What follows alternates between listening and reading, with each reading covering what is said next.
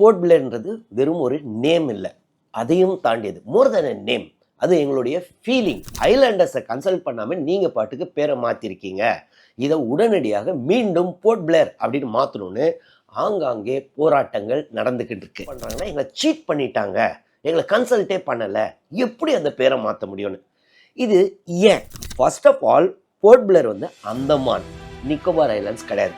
அப்புறம் ஏன் ஸ்ரீ விஜயபுரம்? இன்னொன்று, சோழா எம்பையருடைய பேர் வந்துட்டு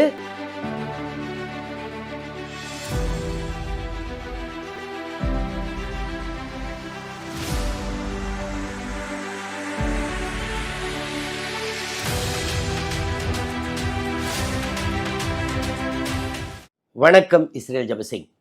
போர்ட் பிளேர்ன்றது வெறும் ஒரு நேம் இல்லை, அதையும் தாண்டியது. மோர் தென் a நேம். அது எங்களுடைய ஃபீலிங். அந்த ஃபீலிங் என்ன தெரியுமா? எங்களுடைய ஹோம்ன்ற ஃபீலிங்கு. அதை எங்களை கன்சல்ட் பண்ணாமல், ஐலாண்டர்ஸை கன்சல்ட் பண்ணாமல் நீங்கள் பாட்டுக்கு பேரை மாற்றிருக்கீங்க. இதை உடனடியாக மீண்டும் போர்ட் பிளேர் அப்படின்னு மாற்றணும்னு ஆங்காங்கே போராட்டங்கள் நடந்துக்கிட்டு இருக்கு. எங்கே? ஸ்ரீ விஜயபுரத்தில் தான் இந்த போராட்டங்கள் நடக்குது. அது என்னென்னா, ஸ்ரீ விஜயபுரம்ன்றது போர்ட் பிளேரை இப்போ ஸ்ரீ விஜயபுரம் அப்படின்னு பேர் வச்சுருக்காங்க. என்னதான் பிரச்சனை? இது பார்த்தீங்கன்னா, இந்த 13ஆம் தேதி செப்டம்பர் 13 நம்மளுடைய ஹோம் மினிஸ்டர் தன்னுடைய ட்விட்டர், இப்போ எக்ஸ் அந்த ஹேண்டிலில் இந்த மாதிரி இனிமேல் போர்ட் பிளேரை வந்துட்டு ஸ்ரீ விஜயபுரம் அப்படின்னு மாற்றுறோம். இது ஏன்னா நம்மளுடைய பிரைம் மினிஸ்டருடைய பாலிசி, அதை தான் கண்டினியூ பண்ணுறோம். இந்த பிரிட்டிஷ் உடைய இதுலேருந்து நம்ம வெளியில் வரணும். இது பிரிட்டிஷ் வச்ச பேர் தானே. இது பார்த்தீங்கன்னா காலமாக அதுக்கு முன்னாடி சோழா எம்பையர் இருந்தாங்கல்ல, அவங்க வந்துட்டு அவங்களுடைய வார் பேஸா, நேவல் பேஸா இதை யூஸ் பண்ணாங்க. ஸோ இதெல்லாம் நம்ம மனசில் வச்சு இனிமேல் அதோடைய பேர் ஸ்ரீ விஜயபுரம் அப்படின்னு ஒரு ட்வீட் போட்டாருங்க. இது போட்டதுக்கப்புறம் மீண்டும் பிரைம் மினிஸ்டர், நம்மளுடைய பிரைம் மினிஸ்டரும் உடனடியாக அதை ரீட்வீட் பண்ணி அதை ஜஸ்டிஃபை பண்ணி இந்த மாதிரி பிரிட்டிஷ் காலனிலேருந்து நம்ம மாறி வரணும், இனிமேல் வந்துட்டு அது ஸ்ரீ விஜயபுரம் அப்படின்னு சொல்லியிருக்கார். இதற்கு அப்புறம் தான் அங்கே பார்த்தீங்கன்னா பயங்கரமான ஒரு அதிருப்தி அலை ஓடுதுன்றாங்க. பெருசாக நம்மளுடைய மீடியா சேனல்ஸ்லாம், நேஷ்னல் மீடியா சேனல்ஸ்லாம் இதை கவர் பண்ணுறதில்லை. என்ன அதிருப்தி? ஆங்காங்கே பார்த்தீங்கன்னா போஸ்டர்ஸ்லாம் வந்துக்கிட்டு இருக்கு. இது வந்துட்டு ஒரு பார்ட்டி மட்டும் இல்லை, ரூலிங் பார்ட்டி, ஆப்போசிஷன் பார்ட்டி, நிறைய பார்ட்டிஸ், மக்கள் மத்தியில் அவ்வளோ ஒரு அதிருப்தி அலை போய்கிட்டு இருக்கான். நிறைய பேர் என்ன ஃபீல் பண்ணுறாங்கன்னா, எங்களை சீட் பண்ணிட்டாங்க, எங்களை கன்சல்ட்டே பண்ணலை, எப்படி அந்த பேரை மாற்ற முடியும்னு. இது ஏன்? அவங்கள எல்லா பொலிட்டிக்கல் பார்ட்டிஸாக இருக்கட்டும், பொதுமக்களாக இருக்கட்டும், இல்லை லோக்கல் பாண்ட் அசோசியேஷன் அப்படின்னு ஒரு அசோசியேஷன் இருக்குது. அவங்க தான் ஒரிஜினலாக அவங்களுடைய ஃபோர் ஃபாதர்ஸ் கிட்டேருந்து அந்த இடம், அதாவது 1858 அங்கே போய் செட்டில் ஆகிறாங்க. எங்கேருந்து? மெயின்லேண்ட் இந்தியாவிலேருந்து. ஸோ அவங்க பிள்ளைங்கள்லாம் இந்த லோக்கல் பாண்ட் அசோசியேஷன். எல்லாருமே என்ன சொல்கிறாங்க? இது பார்த்தீங்கன்னா, இந்த அந்தமான் அண்ட் நிக்கோபார் ஐலாண்ட்ஸ் முதல்ல பிரிட்டிஷ் தான் நம்மளை சேர்க்குறாங்க. அதற்கு முன்னாடி என்ன இருக்குது? இப்போ சோழா எம்பையர், ஏற்கனவே நம்மளுடைய ஹோம் மினிஸ்டர் சொன்னார். சோழா எம்பையர் வந்துட்டு ஸ்ரீ விஜயா எம்பையர். ஸ்ரீ விஜயா எம்பையர்ன்றது இந்தோனேஷியா, மலேசியா பகுதியில் 8th 9th 10th century 11th செஞ்சுரிலாம் இருந்த ஒரு எம்பையர். அவங்களுக்கும் நமக்குன்னா இந்தியாவுக்கும் நல்ல ரிலேஷன் இருந்துச்சு. ஆனால் பார்த்தீங்கன்னா ஒரு கட்டத்தில் திடீர்னு ராஜேந்திரா I சோழா அவர் என்ன பண்ணுறாரு? படையெடுக்கிறார். படையெடுத்து அதுக்கு என்ன காரணம் சொல்கிறாங்க ஹிஸ்டாரியன்ஸ்னால், அப்போ வந்துட்டு சைனாவுக்கும் நம்மளுடைய சோழா எம்பையருக்கும் இருந்த ட்ரேடுக்கு நிறைய டிஸ்டர்பன்ஸ் கொடுத்துருக்காங்க. யாருன்னா இந்த ஸ்ரீ விஜயா எம்பையர். ஸோ அந்த ட்ரேடு வெசல்ஸ், அதாவது இந்த கப்பலுக்கெல்லாம் பிரச்சனை கொடுத்தனால அவனை போய் நீ எப்படி பிரச்சனை கொடுக்க முடியும்னு அங்கே போயிட்டு ஆக்குபை பண்ணுறாங்க. அப்போ அந்த போரில் நம்ம தான் ஜெயிக்கிறோம்.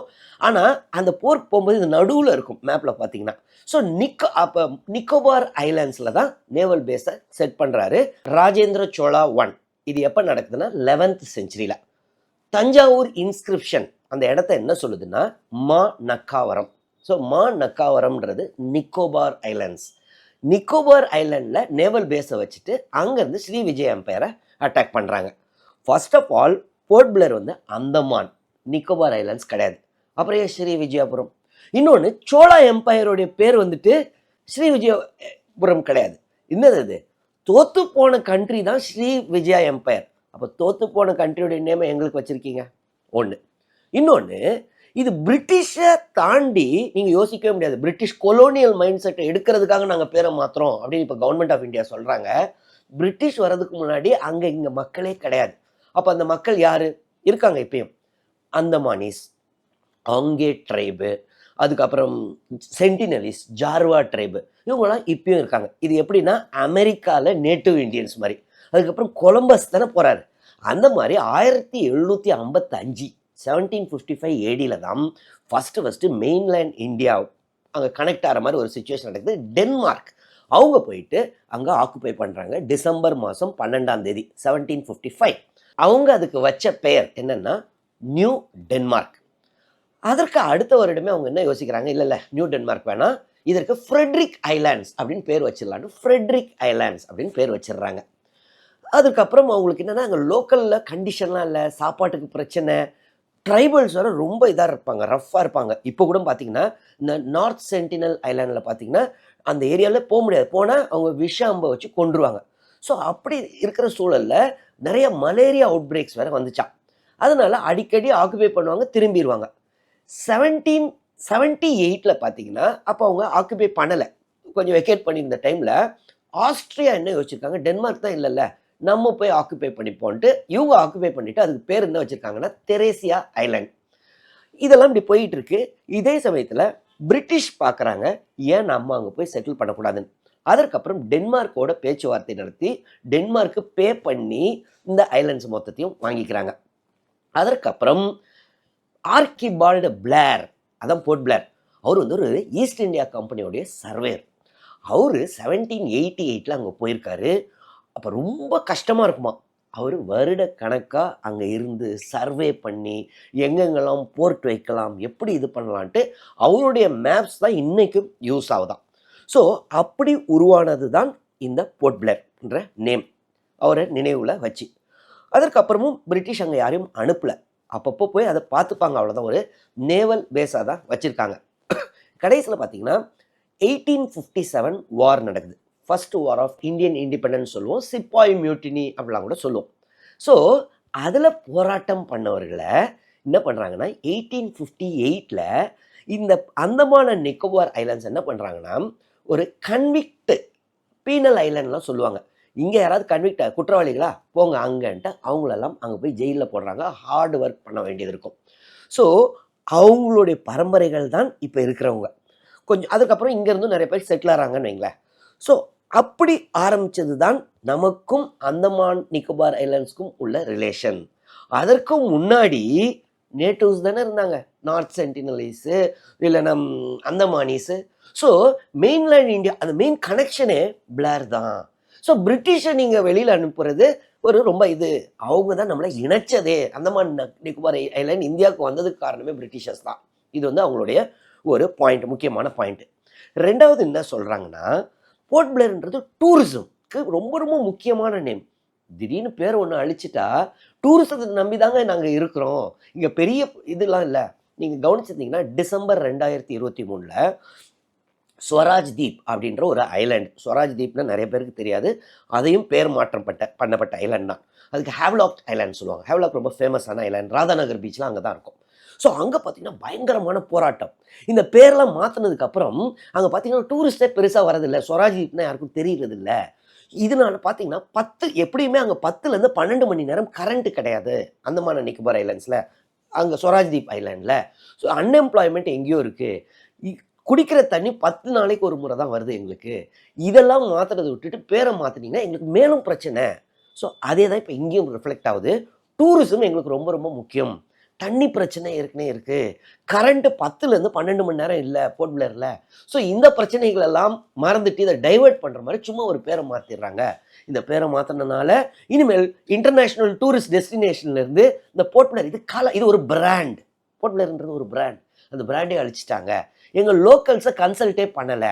இது இவங்களுடைய முக்கிய குற்றச்சாட்டு. ரெண்டாவது இன்னொன்று இவங்க என்ன திருப்பி சொல்கிறாங்கன்னா, இப்போ கவர்மெண்ட் ஆஃப் இந்தியாவை பொறுத்த வரைக்கும் என்ன ஸ்டாண்ட் எடுத்தாங்க, 16 மெம்பர் கமிட்டி, அவங்க சொன்னது பிரகாரம் மாற்றிருக்காங்க பேரை. அந்த 16 மெம்பர் கமிட்டியில் 11 12 பேர் வந்துட்டு ஐலாண்டில் சேர்ந்தவங்களே கிடையாது. அந்த காலத்தில் எங்கள் ஆஃபீஸர்ஸ் ஐஏஎஸ் ஆஃபீஸர்ஸ்லாம் போயிருப்பாங்கல்ல, அங்கே வேலை பார்த்துட்டு திரும்பி போயிருப்பாங்கல்ல, அவங்க தான் மெயின். அதில் அவங்க லோக்கலே கிடையாது. அடுத்தது அங்கே ஏற்கனவே பொலிட்டிக்கல் பார்ட்டியிலேருந்து தோத்தவர்கள் அவங்கெல்லாமும் இருக்காங்க, 4-5 பேர். லோக்கல் அந்தமான் எம்பியும் இருக்கார். ஸோ இன்னைக்கு பார்த்தீங்கன்னா கம்யூனிஸ்ட் பார்ட்டி அந்தமான் நிக்கோபார் ஐலாண்டோடைய ஹெட்டு அவர் கவர்மெண்ட் ஆஃப் இந்தியாவுக்கு ஒரு லெட்டர் போட்டிருக்காரு. என்ன சொல்றாருன்னா, இவங்க ரூலிங் பார்ட்டி எம்பியே இதை அப்போஸ் பண்ணியிருக்காருங்க. அவரே சொன்னாரு, நான் 2 முறை அப்போஸ் பண்ணேன். அதற்கப்புறம் இப்ப திருப்பி இல்ல நான் பேர் மாத்துறதுக்கு ஒத்துக்கிட்டேன், அது நல்ல மூவ் தான் அப்படின்னு ஒரு ப்ரெஷர்ல தான் சொல்றாரு. தயவு செய்து பேரை மாத்துங்க, திருப்பி போர்ட் பிளேரா மாத்துங்க, இங்க நிறைய பிரச்சனைகள் இருக்கு, எங்களை கன்சல்ட் பண்ணாம எங்க பேரை எப்படி மாத்தலாம்? நீங்களே அவர் இன்னும் ஐயப்பன் இன்னொரு வார்த்தை இதுவும் சொல்றாரு. இப்ப நீங்க சென்னை மாத்திருக்கீங்க, மும்பை மாத்திருக்கீங்க, கல்கத்தா பேர் மாத்திருக்கீங்க, அதெல்லாம் கொல்கத்தாவை மாத்தினாங்க, இதெல்லாம் ஓகே. ஏன்னா ட்ரெடிஷனலா உங்களுக்கு ஏற்கனவே அது இருந்தா அந்த பெயர். ஆனா எங்களுக்கு ட்ரெடிஷன்ன்ற பேரே கிடையாது. போர்ட் பிளேர் தான் எங்களுடைய ட்ரெடிஷனே. அதுதான் இந்தியாவுடைய கனெக்டே. அதுதான் பிரிட்டிஷ் இது பண்ணாங்க. இங்க தான் நேதாஜி சுபாஷ் சந்திர போஸ் 1943 டிசம்பர் மாதம் இந்திய தேசிய கொடியை ஏற்றினார். அப்படிப்பட்ட ஒரு ஹிஸ்டாரிக்கான பிளேஸுங்க போர்ட் பிளேர். அந்த போர்ட் பிளேருக்கு ஸ்ரீ விஜயபுரம் அப்படின்னு பேர் வச்சது தவறு. எங்களை கன்சல்ட்டும் பண்ணலை, தயவு செய்து உடனடியாக போர்ட் பிளேர் அப்படின்ற பேரை திருப்பி மாற்றுங்க அப்படின்னு கோரிக்கை வச்சிருக்காரு. சரி, என்னுடைய கருத்து என்ன? இந்த மாதிரி பேர் மாற்றலாமா? என்னை பொறுத்தவரை கண்டிப்பாக பேர் மாற்றிருக்கக்கூடாது, அதுவும் அவங்கள கன்சல்ட்டே பண்ணாமல். ஃபர்ஸ்ட் ஆஃப் ஆல் பார்த்தீங்கன்னா, அந்தமான் அண்ட் நிக்கோபார் ஐலண்ட்ஸ் வந்து ஒரு ஸ்ட்ராட்டஜிக்கான லொக்கேஷன். அது வந்துட்டு ஒரு யூனியன் டெரிட்டரி. ஏன் யூனியன் டெரிட்டரியாக வச்சாங்க? காரணம் என்னென்னா, ஸ்டேட் அங்கே அசம்பிளிலாம் வச்சு அவங்க பாட்டுக்கு, ஏன்னா அந்தமான் அண்ட் நிக்கோபார் ஐலண்ட்ஸ் நம்ம நாட்டுக்கு ஜாகிரபிக்கலாக பக்கமாக இருக்கிறதோட மற்ற நாடுகள் சவுத் ஈஸ்ட் ஏஷியன் கண்ட்ரீஸ்க்கு ரொம்பவே பக்கம். ஸோ இது ஸ்ட்ராட்டஜிக்கான பொசிஷன். அங்கே மக்கள் அதிருப்தியில் வைக்கிறது ரொம்ப ரொம்ப தவறு. ஃபர்ஸ்ட் ஆஃப் ஆல் ஒரு பெயர் மாற்றுறதுனால என்ன? ஸோ நம்ம பேசுகிற அவங்க ட்வீட் பண்ணுற லாங்குவேஜ் என்னங்க? நம்மளுடைய ஹோம் மினிஸ்டராக இருக்கட்டும், பிரைம் மினிஸ்டராக இருக்கட்டும், எல்லாமே ஆங்கிலம் தானே. பிரிட்டிஷை எடுத்துட்டோன்னா ஆங்கிலம் தான் இருக்க. ஸோ போர்ட் பிளேர்ன்றது ஃபர்ஸ்ட் ஆஃப் ஆல் அவங்களுடைய ஆர்குமெண்ட் கரெக்ட். அதுதான் நம்மளுக்கு கனெக்ட் அந்த பிளேர் மூலமாக தான். அதற்கு முன்னாடி இருந்தவங்க நேட்டிவ்ஸ் தான். ஸோ இந்த சூழலில் மக்கள் அங்கே அதிருப்தியில் இருக்கிறது ரொம்பவே தவறு. அதனால போர்ட் பிளேர்னு திருப்பி பேர் வச்சுட்டா ரொம்பவே நல்லது. இன்னொன்று, லீகலாக கவர்மெண்ட் ஆஃப் இந்தியாவில் மாற்ற முடியுமா? தாராளமாக மாற்றலாம். அதுக்கு மட்டும் இல்லைங்க, ஆர்டிகிள் 3 ஆஃப் இந்தியன் கான்ஸ்டியூஷன் பிரகாரம் ஈவன் ஸ்டேட்ஸோடைய பேரையே கூட மாற்றலாம். ஸோ அதுக்கு வந்து நம்மளுடைய ஸ்டேட் கவர்மெண்ட்ஸோடைய கன்சென்ட் கூட இல்லை, ஜஸ்ட் இன்ஃபார்ம் பண்ணால் போதும். லோக்சபாவுக்கு அவ்வளோ பவர் இருக்குது. ஸோ பவர் இருக்கான கண்டிப்பாக லீகலாக பவர் இருக்குது. ஆனால் அதே சமயத்தில் அதோடைய ஸ்ட்ராட்டஜிக் பொசிஷனையும் யோசிக்கணும். இன்னொன்று, மக்கள் காலங்காலமாக டூரிசத்தை நம்பி இருக்கிறாங்க. திடீர்னு ஒரு பேர் இவங்களுக்கு ஒரு ட்வீட் தான், ஆனால் அதே சமயத்தில் அவங்களுக்கு அது வாழ்வாதாரம். ஸோ இதெல்லாம் டக்குனு இந்த மாதிரிலாம் பேர் மாற்றுறது தவறுன்றது என்னுடைய கருத்து. உங்களுடைய கருத்து என்ன? போர்ட் பிளேர்னு திருப்பி மாற்றிடலாமா? இல்லை ஸ்ரீ விஜயபுரம் அது நல்லா தானே இருக்குது, அதே இருக்கட்டும்னு நீங்கள் நினைக்கிறீங்களா? எந்த கருத்தாக இருந்தாலும் தயவுசெய்து கமெண்ட்ஸில் எழுதுங்க, நானும் பார்த்து தெரிஞ்சுக்கிறேன். ஏதாவது டவுட்ஸ் இருந்தாலும் கமெண்ட்ஸில் எழுதுங்க, நான் கிளாரிஃபை பண்ணுறேன். தொடர்ந்து இந்த சேனல் மூலமாக சந்திப்போம். நன்றி, வணக்கம்.